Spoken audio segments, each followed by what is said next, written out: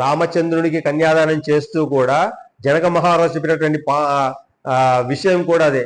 పాణిం గృహీష్వ పాణిన, నీ చేతితోని ఈమె చేతిని స్వీకరించు స్వామి రామచంద్ర అంటాడు. అది పాణి గ్రహణము. గ్రహణం అంటే స్వీకరించుట, పాణి అంటే చెయ్యి.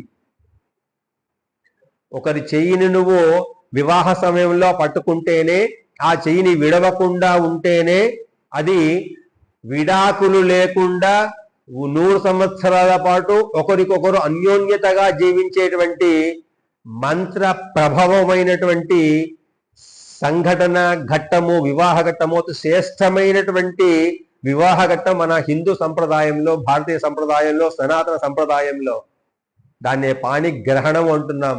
ఒక వ్యక్తికి తప్ప ఇంకో రెండో వ్యక్తికి చేయి ఇవ్వకూడదు, షేక్ హ్యాండ్ ఇవ్వకూడదు. బాల బాలికలు, స్త్రీలు, యువతులు ఎవరైనా